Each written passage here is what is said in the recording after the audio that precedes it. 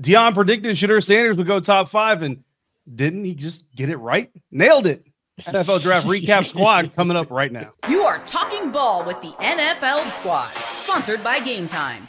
From the Chiefs to the Bills, Falcons to the 49ers, and everyone else around the NFL, it's the local experts of the Locked On Podcast Network bringing you scoops, breakdowns, and the most comprehensive preview of the upcoming weekend for hard-hitting football with our harder-hitting takes. Buckle up, it's the NFL Squad, and we have a seat for you. No hurt feelings allowed. Squad up. You're part of the NFL Squad. And welcome into this week's NFL Squad episode, post-2025 NFL Draft. Sit back, grab your favorite drink or snack, and join us as we talk about a wild NFL Draft experience. We are all part of the Locked On Podcast Network, your team every day. Today's episode brought to you by Gametime. Download the Gametime app, create your account, use the promo code LOCKEDONNFL for $20 off your first purchase. Bone Thugs and Harmony touring. So, you know, if you're in your 40s or 50s, go get that $20 discount. Or 30s, or 30s. So you can get that hotel because you know you ain't driving home after that concert. You're going to be too tired. You're going to need a nap. Locked On NFL mock draft special was very chalk. Was sometimes boring, right? We can all admit that, right? It was kind of boring, but it was very informed. I think the takes were good. The information was solid as always. The NFL draft, a little bit less boring. I mean, the first trade coming up pretty quick. I think the board really didn't shake up too much from that trade, but you know, first trade coming in pick number 2. So some exciting things, but of course, the most exciting thing all weekend long is the amount of times you heard the name Shedeur Sanders, and it was not for good reasons. We're going to kick off talking about that, but we got plenty of draft conversations coming, all coming from Ross Jackson, Locked On Saints, Cody Rourke, Locked On Broncos, James Yarko, Locked On Bucks, Nick Cattles, Locked On Patriots. Welcome, sir, to your first NFL Squad episode. Thank you, Kevin man. Ostreicher, Locked On Ravens, Aaron Freeman of Locked On Falcons. Of course, I'm David Harrison of Locked On, the best team in the NFL. So, guys, Shedeur Sanders. When did you come back to my show, kick David? off with Nick. James, you're not talking yet. I'm going to kick it off with Nick, actually. So we're going to let the newcomer go first. What were your thoughts as Shedeur Sanders continued to slide? And when did you think the Pats might draft him to replace Drake May?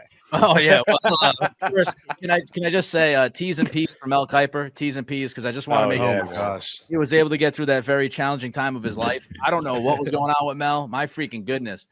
Like the Shedeur Sanders stuff, what bothered me the most, David, was the fact that I just felt like they were telling one side of the story, which was like, oh, this poor young man, he keeps falling. And I understand the adversity. All right, falling in the NFL draft is never fun, and I'm sure he was embarrassed, but he wasn't diagnosed with cancer. He wasn't fighting some real life tragedy. He's going to be drafted in the NFL. His dad is Dion. He had his jersey retired at Colorado for no reason whatsoever, other than his dad is Dion.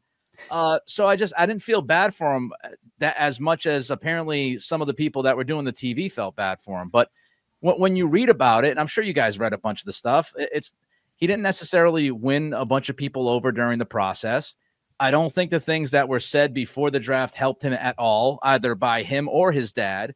And I just thought it was a lack of accountability almost from like the family and him, because they're like, oh my God, we can't believe he's falling. It's like, I think they played a role in it. So the 5th round, I was surprised he fell to the 5th freaking round, but I wasn't surprised that he fell out of the 1st after what had been said about him. Yeah, look, that 5th round check hits a little harder, or less hard, I should say, a little weaker than that 1st round check.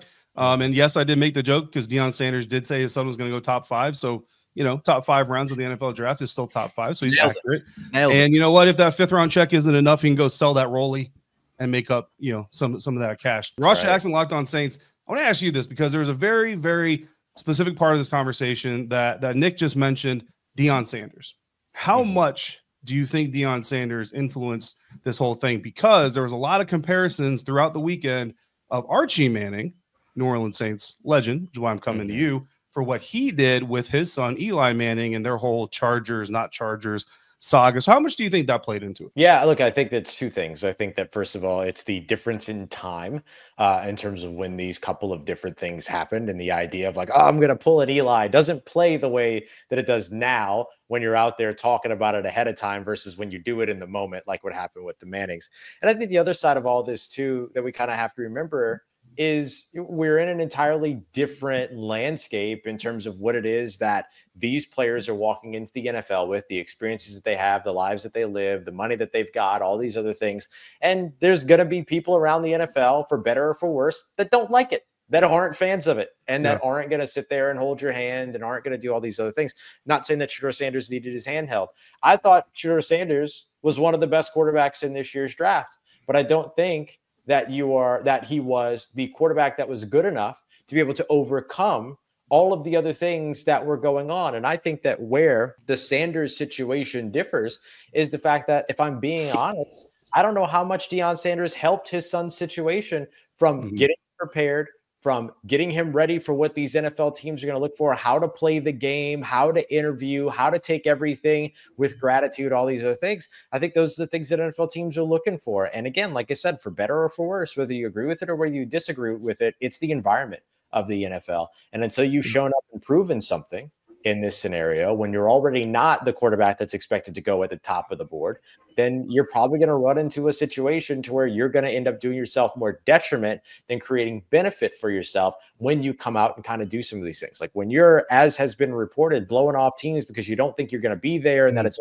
your time and all these other things, that's going to come back to bite you. And I think that's exactly what happened in the NFL, which has, I think that we've seen all the way from, certain situations and, different, I'll just say different situations around the league. There are things that they will absolutely make concessions for that they shouldn't. And there are things that they will absolutely penalize players for that they shouldn't. And one of those is this situation is one side of that spectrum or the other, no matter how you look at it. Ross Jackson dropping a better sermon than Derek Carr did at church this past Sunday. There you go. Preach, my man. There were a lot of conversations, like a lot of the media members who were feeling bad for Shedeur, right? I heard multiple people, typically former players, saying that you're supposed to be drafted on your talent alone. None of this other stuff is supposed to matter. But Kevin Ostreicher, Locked On Ravens, you cover Lamar Jackson, who runs the ball pretty well, throws the ball pretty well, controls the offense pretty well, but he also represents the Ravens really well. So is it fair that how you're going to represent the franchise, how you could potentially be the face of the franchise, does matter in these evaluations? No, 100%. I mean, it's a huge part, especially, I mean, I know different positions hold different value throughout the league in terms of franchise this, franchise that, but the quarterback position in the NFL, that is your leader. Like, that is your guy. And, if a guy is going to go in and call out his teammates or, be a big drama person that early in his career, it could cause fractures in the locker room from an early stage. And when you talk about Lamar, this is a guy that is extremely humble. He refers to everybody in the media room as Mr. or Mrs. He's very respectful, and he doesn't throw his teammates under the bus. He's someone that takes accountability for his actions. And even when it's not his fault, he still takes accountability for those actions and says, you know what, it's on me. I'm the leader. I'm the one that needs to be better. And so if there's a quarterback who is supposed to be your leader calling out teammates, you know what? Yeah, he ran the wrong route, or man, he really dropped that ball. Like, man, we could have won, but I did all I could. But hey, sometimes your teammates don't step up for you. That is the exact opposite of what you need, especially for any team that's looking to compete and win, because that stuff, it might not start off as something big, but those cracks start and they only grow. They do not get better. Once something cracks, it is very hard to fix. So I think 100%, when you're talking about talent, it's one thing, but there is a lot more to the process, which is why there are pre-draft interviews, which is why teams try to get to know guys. And look, I don't blame any team that didn't feel like Shedeur was a fit for their culture. Obviously he is talented, but there's a lot more that goes into the process. That whole blaming teammates and not taking accountability is exactly what's got Saints fans running Derek Carr out the door right now. Like, that's exactly one of the big reasons why they're not a big fan of what it is that he brought, because of that kind of stuff. Yeah, you can't do that. I'll tell you, like, during this whole lead up to the NFL draft weekend, you heard that he didn't interview well. You heard this, you heard the arrogant, entitled. Once I heard that there were interviews, at least some interviews, where he was asked about bad tape and blamed his teammates, I was like, oh, brother, you might be in real trouble right now. I want to ask this last question of this segment to Aaron Freeman, a Locked On Falcons. James Yarko, Cody Rourke are going to kick off our conversation of the best draft classes in 2025 this year. But Aaron Freeman, no reason. I'm just kind of picking you at random. Locked On Falcons. Do you feel bad about Shedeur getting all those prank calls at all? Prank calls? What? Shedeur got I don't know if you've heard of it. Oh, okay. I didn't hear any phone calls over the weekend.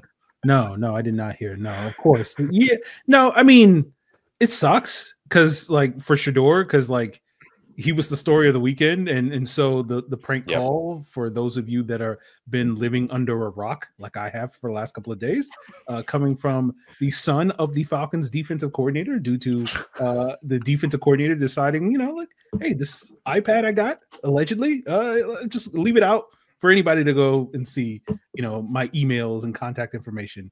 But I think the prank call thing became a bigger thing than it probably is because it involves Shedeur Sanders, and that's seemingly kind of what we're getting at. Like everything around Shedeur Sanders seems to be a big deal, even when it's not. Whether we're talking about his performance on the football field or his draft status or whatever, and now this prank call situation. So, yeah, man, it sucks, but it is what it is. Like he's not the first player to get prank called. He won't be the last player to get prank called. It's just unfortunately for the Ulbrich family, Jeff Ulbrich didn't raise his son smart enough to know that you don't give evidence of your crime.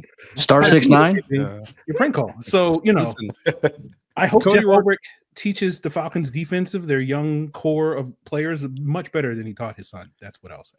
Yeah. Cody Rowe, you just mentioned it, right? Listen, I wasn't the perfect kid. Okay, I wasn't a saint myself. But you know what? And we didn't have cell phones when I was a teenager. But we did have? We did have cameras, and we actually had like smaller handheld cameras that people took all over the place. And we also had phones to which we would make the occasional prank phone call. But like Cody just said, star 6'9", you used to be able to call back the number that called you. But there was also a way to block the number. Star 6'7", baby. I'm not trying to like encourage people out there, but my dad used to tell me there's a smart way to do dumb stuff. You're in college, bro. Be smarter. Like if I'm the dean of that university, that's what I'm mad about. I'm like, dude, are you serious? Like you represent this intellectual institution, and this is what you're out here doing. Cody Rourke, James Yarko, Locked On Broncos, Locked On Bucks, and a kickoff our best draft class of 2025 conversation coming up next on this week's NFL Squad, part of the Locked On Podcast Network, your team every day.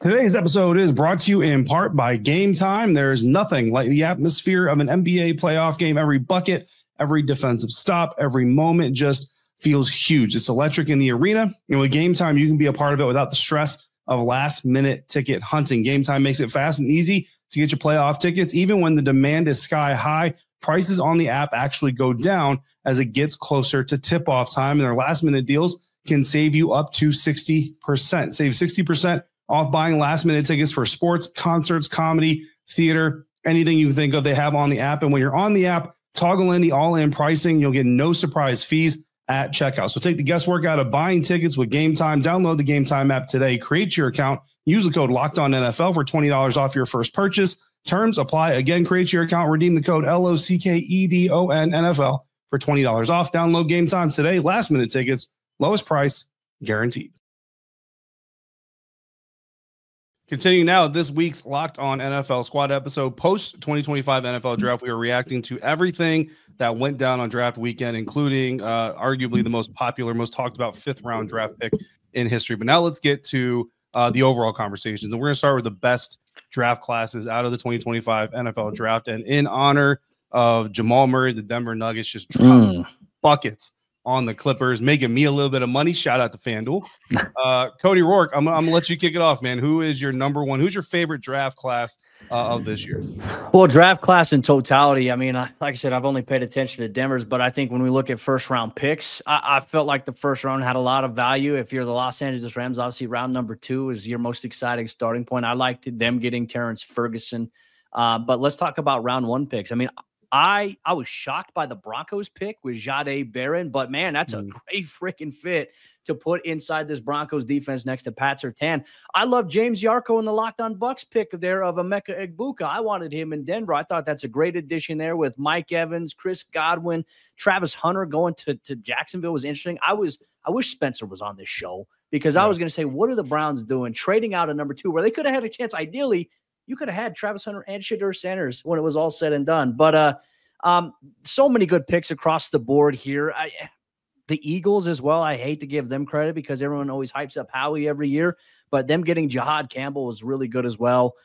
I felt like the first round contained a lot of value from top to bottom. And as you mentioned earlier, I felt like it was more entertaining. There were more twists and turns ultimately than our locked on NFL mock draft that we had. But man, it was entertaining. I think a lot of teams came away with some great players in round one of this year's draft. It's hard to just pinpoint who actually won it. Yeah, it's actually impressive. The closer we got to actual draft weekend, I started to have more and more guys that I liked in like the first round, or at least like really early day two. I'm like, you know what? Maybe there's more talent in this class, and we really gave credit for most of the draft build up. I love the Travis Hunter pick by the Jacksonville Jaguars, being bold, moving up and going getting him. And if you've heard the answer that he gave to an amazing question during his introductory press conference, where he's asked who wins, Travis Hunter the receiver, Travis Hunter the DB, that question asked by Tony Wiggins of Locked On Jags. So if you've heard that quip and you've laughed at it, you owe him a sub. So go over there right after this and sub to Locked On Jags, and also listen, because Tony's that funny, or leads into that kind of funny conversation. Also, the afternoon host of Locked On NFL, so you can go get him in multiple different places. But enough plugging there. James Yarko, Locked On the Ohio State Buckeyes wide receivers. I love. So behind the curtain here, guys, James Yarko hates Ohio State. Absolutely hates Ohio State. He picked James Pierce Jr., the Tennessee edge rusher, in the mock draft special for the network. And I told him, I don't cover the Bucs anymore, but I still pay attention. I don't like the pick. And he was like, yeah, well, your opinion doesn't matter anymore. I said, okay, touche. So the fact that he didn't get the pick that he made, and he got an Ohio State receiver, love it. James Yarko, your favorite class and why? Beside the Buccaneers, because they had a great draft class. Yes, they did. They got your guy from Ohio State. Yeah, Benjamin Morrison from Notre Dame. You got to love that. Yeah. After the first round. Whatever. And highest drafted players in Buccaneers history from Ohio State and from Notre Dame. Fun fact. But no, Cody and I were talking before the show that, Bucs were expecting defense, and I talked a lot about Jahdae Barrett. And then he was talking about how Broncos were expecting offense. He loved Emeka Egbuka. But no, honestly, I love what the Carolina Panthers did, man. Like, I think they had a really, really good draft. You can see what Dave Canales is trying to do. Not enough people are talking about the Panthers potentially being a problem. If not this year, definitely by next year. But they go out and they get their big receiver. Dave Canales gets his Mike Evans in Ted McMillan, and then you bolster the edge with Scorton and Princely Umanmielen, another Ohio State guy that I really liked a lot. You got safety Lathan Ransom back there now. And I liked Trevor Etienne more than I think a lot of people did, just because he's not going to be your lead back. He's not going to be, that 1,000-yard guy, but he is going to be that kind of Swiss Army knife that can do a lot of different things for that offense. So I think what Carolina did was pretty special. We might look back on this here in 2 or 3 years and talk about how this was the draft class for Carolina that turned them around and made them contenders for the NFC South. I want to make it clear. I was kind of forced to make a bold prediction on a show a couple weeks ago about the NFC South. My bold prediction was the Panthers were going to win the NFC South this year. So I'm all in on it. And I know the other three NFC South hosts are in here right now, and I'm doubling down. The Panthers are winning the NFC South. We're doing it. Carolina, you know what? Maybe even they'll make the Super Bowl. Who knows? I don't against the Ravens, but I will now. Who knows? We're making enemies tonight. There's probably some people watching this right now or listening to this right now thinking, man, Locked On Bucs host giving the Panthers some love. What an unbiased guy he is. But what he didn't mention is that Dave Canales, former offensive coordinator for the Buccaneers. So there's a whole lot of bias for James Yarko to talk about. I'm not keeping praise on Liam Cohen. Yeah, you're good. You're done. Don't worry about it. We're done. Nick Cattles, Locked On Patriots. I hear the Pats had a pretty good draft weekend as well. What do you think about their class?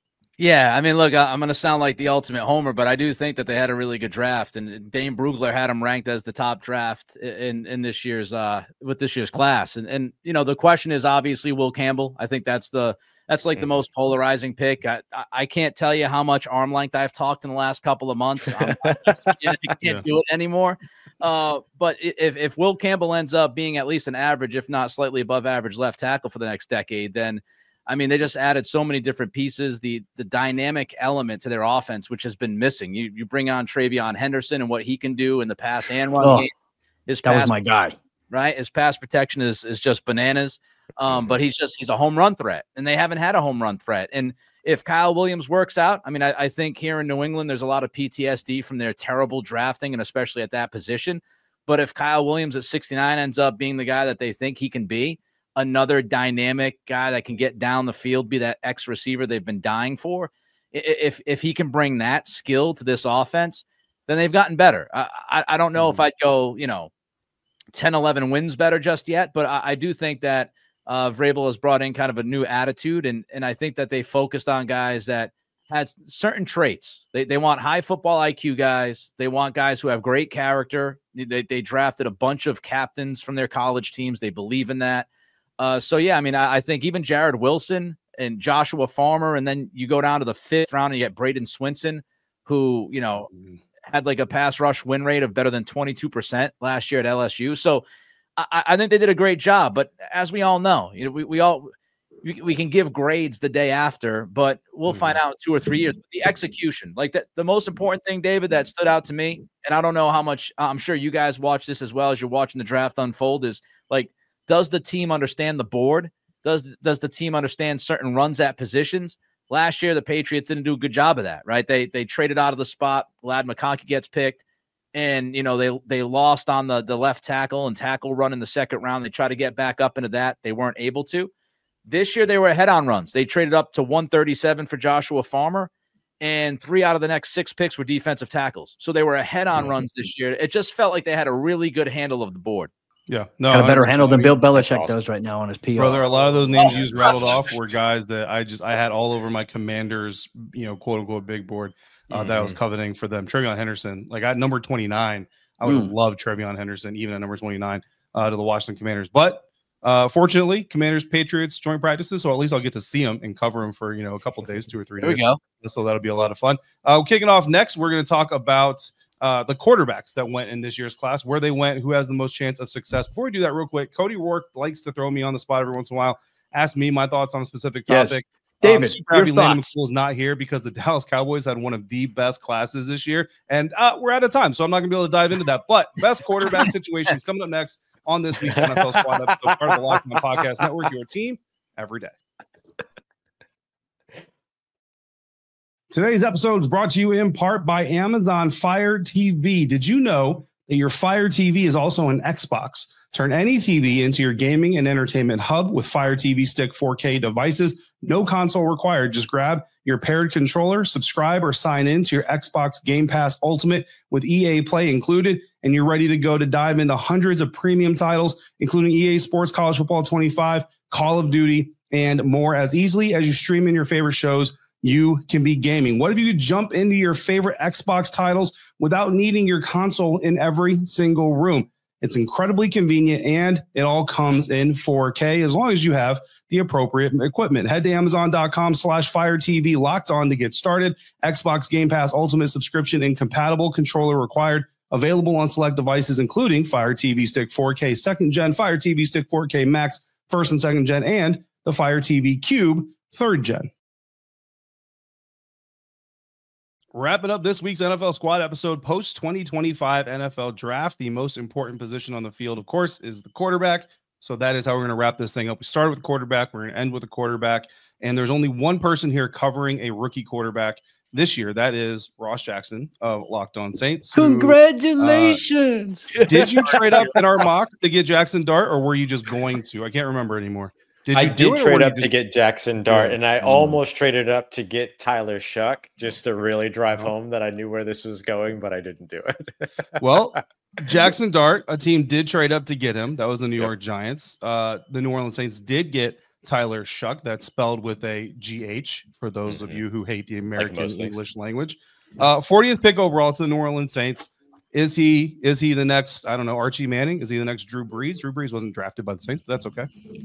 Nope, but he is the next starter for the New Orleans Saints. That's for certain, or at least I'm certain that that's going to be the case. I believe that Derek Carr will be out of New Orleans by the time that the season begins, either because he is literally out of New Orleans or because he undergoes surgery and then isn't able to play in 2025. But in any case, I think Tyler Shuck's going to be the starter for the New Orleans Saints, at least at some point during the 2025 season. Won't be shocked if it's week 1. So what are the Browns? What are the Browns going to give up to get Derek Carr? 6th round pick. Shedeur Sanders. See the Saints. You see the Saints. You see, the Saints traded a 6th-round pick to the New England Patriots this offseason in 2026 to get Devon Godchaux here to New Orleans, get him back to Louisiana. So what the Saints can do is call up the Cleveland Browns and say, hey, if you got a 6th-round pick, you don't have to fight for him on the market with the Indianapolis Colts. Just give that 6th-round pick back, and then all good. You know what I mean? So I think that's the play here. Yeah, perfect. You know, so I thought it was funny. I found this Yahoo Sports. I don't know if we're allowed to shout out other outlets. I found this thing from another outlet. And most of their quarterback takes are listed with a name. There are a couple late rounders, especially that are like written as staff.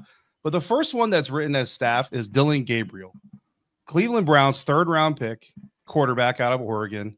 And I mean, it basically just it kind of highlights the entire weekend, where it just basically slams Gabriel for happening to be the guy that gets drafted by the Browns before they draft Shedeur Sanders. If there's somebody I feel bad about the Shedeur Sanders story, it's actually Dylan Gabriel, because he didn't pick who picked him. He didn't pick other teams to pass over him. And he certainly didn't pick to be the guy taken right before Shedeur Sanders got taken. Yet he's getting a lot of strays here. Kevin Ostreicher, I want to ask you this. When training camp ends, if you have to predict, and you have to because I'm putting you on the spot as an AFC North representative, who is higher on the Browns depth chart? Dylan Gabriel or Shedeur Sanders? I thought you were going to go who's starting. I would have said Joe Flacco. I'm not going to go that far just yet. But if I had to pick which one, I'm going to say it's going to be Dylan Gabriel. And I just think that's because I would hope that Cleveland, and again, maybe I'm hoping for a little too much, but I hope that Cleveland will do the right thing and be fair in the process and not just give it to Shedeur because of all of the coverage. And I think that it's not that Shedeur isn't talented. I'm not trying to say that whatsoever, but I think that Gabriel fits a little more of what they want to do. And I think that he's a little more ready for them right now. Now, are they going to win a Super Bowl? I don't know about all that. All right, Kevin, you're going to get the rise out of me you were trying to get from me when you said that the Carolina Panthers are going to win the NFC South. Oh, I wanted it then, but okay, I'll allow it now. That is the worst take I've ever heard you give. That is the worst take I've ever heard you give. Well, then it's the worst take you're going to give too, because you're both dead wrong. Shedeur Sanders is clearly the better quarterback than Dylan Gabriel. What the hell are we doing? I don't care where they were drafted, where they weren't drafted, anything like that. Shedeur Sanders is clearly the better quarterback between those two. Dylan Gabriel's not going to be an NFL quarterback. He's going to be in the UFL in 2 years. He's not even 6 foot. He's like 5'10". He's not going to be above anybody on a depth chart. What are we doing? He threw the fastest mile per hour at the Senior Bowl. Except, no, he didn't. Except, no, he definitely did not. Like, what are we doing? Like, I understand. I get it. I get it. Like, from the Shedeur Sanders has a bad attitude side and stuff like that. Like, I'll go so far as to do that. But to pretend like the kid is the worst quarterback in this class, just absolutely ridiculous. Absolutely ridiculous. I don't think he's the worst quarterback in this class. If you think he's behind Dylan Gabriel, the worst quarterback in this class, then yes, you think he's the worst quarterback in this class. Here is the thing. The Browns are going to have to make a decision. And I thought Ian Rappaport nailed it. Nobody wants the circus for a backup quarterback. That's why Tebow was out of the league. That's why Manziel was out of the league. And I'm not saying that Shedeur isn't as or more talented than those guys, but the Browns are already a dumpster fire. They're not inviting in the media that hyped this guy up to be a top 5 pick when he was very clearly a backup with starter possible potential, but they're not going to want the media asking after every game, when they're struggling, when is Shedeur going to start? They don't want all the cameras during training camps surrounding Shedeur. Then why would Dylan Gabriel be ahead of him? You're contradicting yourself. That makes no sense. They're gonna that makes no sense. I cannot wait for the squad show after the Browns cut him because they don't want to deal with the crap that comes with him. Oh, Gabriel? No. They ain't gonna cut Shedeur. Now we're just they're not gonna cut Shedeur. Now we're just openly being ridiculous. They're not gonna cut Shedeur. Y'all should be ashamed of yourselves before they cut Shedeur. Absolutely. They're not gonna cut Shedeur. That is the worst. Joe Flacco. I want no more of this conversation. Every quarterback conversation turns to Shedeur. Drafted. Like, how did Dylan Gabriel get drafted before Will Howard? Like, you talk about a guy who interviews well and did well. That was crazy to me. Listen, the Dylan Gabriel pick, that is the moment where everybody in the Commanders media room sat there and said, oh, this is personal. Yeah, this is personal. Cody Rourke, Locked on Broncos. You know a thing or two about rookie quarterbacks showing up and showing out. So I want to ask you this question. Quinn Ewers, last quarterback taken, 231 overall to the Miami Dolphins. Listen, I'm not wishing it on the guy. I have a lot of conversations. I'm not going to win right now. A lot of conversations about Tua Tagovailoa with Marcus Mariota, very close to Tua. Genuine conversations about the young man's health and future and everything else. So I'm not wishing it, but we all know and have to acknowledge that the Dolphins starting quarterback has a long history sheet, and everybody's kind of just braces for the next one, unfortunately. Is there a chance that if the situation comes up where Quinn Ewers has to go in there for the Dolphins, that he's the next Brock Purdy? No, I don't think that's going to be the case. I think they have a guy in that roster that could do that already in Zach Wilson. But though, granted, Zach Wilson's a former first-round pick, I think Zach Wilson would be a better fit. There was a little bit of a running meme that with Quinn Ewers that every pick he didn't get drafted, or every round that passed before he got drafted, another animal died. If you looked at his background, like another animal. That's where Didn't he have a T-Rex head up there? So he had a dinosaur head. I don't know if that was real or if somebody photoshopped that, but I couldn't help but wonder. I was like, what are we going to see on the next camera here? I don't see that necessarily with Quinn Ewers. It's interesting to see. I mean, I think you're going to see a lot of NFL teams, particularly like situations where their quarterback has been banged up, carry 3 on the active roster. It's a risky move because then you have to designate that guy as your emergency guy. Quinn Ewers could end up on the practice squad essentially for Miami or maybe another NFL team there. But I was talking about Will Howard a little bit ago. I like him in Pittsburgh. I thought he interviewed well. We watched Gruden's quarterback class. This is a guy who competes well. But for me, if I'm looking at any quarterback, I mean, Tyler Shuck's probably going to play right away and have more of an impact right now outside. And we're not even talking about Cam Ward for all things. Cam Ward going number 1 overall. Yeah. We're talking about quarterback. Poor Cam Ward. Cam Ward is the guy who went first overall and has hardly been talked about because of Shedeur Sanders and the whole saga there. So I feel bad there. Check out Locked on Titans with Tyler Rowland. He's going to go off on all that. But I actually talk about Cam Ward in the process, by the way. Yes. Actually talk about Cam Ward. He's going to do it. I think Cam's going to have – I think he's going to have a pretty solid season this year. I'm very curious to see how it all plays out. But, like, for your New Orleans Saints, I think there's going to be more of a spotlight because of who the Saints are as a franchise and some of the storylines. You got Olave. You've got Alvin Kamara. Like, they want to find a way to salvage – You even said it, Ross. I know you did it on the Saints Squad show. How, I mean, they kind of committed to a rebuild essentially without really saying that they did. That was the path there, and you got to let the young guy experience those bullets. I think retooling, right, is like the popular phrase for we don't want to say rebuild, but that's what we're doing. We just say retool, or reloading, things like that. So Aaron Freeman, Locked on Falcons. Let's wrap it up here. You also covered a rookie quarterback last year, and he had a very interesting situation where veteran was starting ahead of him. Things weren't going well, so they made the move. They went to the young guy. There's a couple of situations like that. Obviously, New Orleans Saints, things aren't going well with their veteran before the season gets here. New York Giants, make no mistake about it. If Russell Wilson struggles early on, that staff, they don't have time. So Jackson Dart could get thrown in the fire very quickly. Of course, Cam Ward, by the way, the number 1 overall pick of the NFL draft here in the 33rd minute of this NFL draft squad show, if Cody doesn't cut a lot of stuff out of this. So I'll ask you, if the next offensive rookie of the year is like the last 2 offensive rookies of the year, and it is a quarterback, which do you think it is most likely going to be, and why is it Dylan Gabriel for the Cleveland Browns? I was just gonna say it. I was just gonna say it. Because all left-handed quarterbacks are elite quarterbacks. That's all I know. So Dylan Gabriel absolutely will be an elite quarterback. Tua, Michael Penix Jr., Dylan Gabriel. It's just going to be the holy trinity of quarterback. No, of course. I do like Dylan Gabriel probably more than the rest of this panel, but he's not going to be the offensive rookie of the year. If we're talking about a quarterback, obviously it's going to be Cam Ward. If anybody from this quarterback class is going to win it, obviously I think Ashton Genty is probably the favorite just because of the nature of the position he plays. And we know he's going to get the football. Everybody's sort of wondering, okay, how good is this Tennessee offense going to be with Cam Ward? It has the potential to be very good. They added in Tyler Lockett. They have my guy, Calvin Ridley there. They really revamped the O-line and whatnot. And so you could see the pathway for this Titans offense making a significant jump this year that could make Cam Ward the runaway favorite for the offensive rookie of the year. Now, I'm not going to put the Jaden Daniels expectations on him or the Joe Burrow or whoever else you want to put as elite rookie quarterbacks expectations on Cam Ward, but there is a path.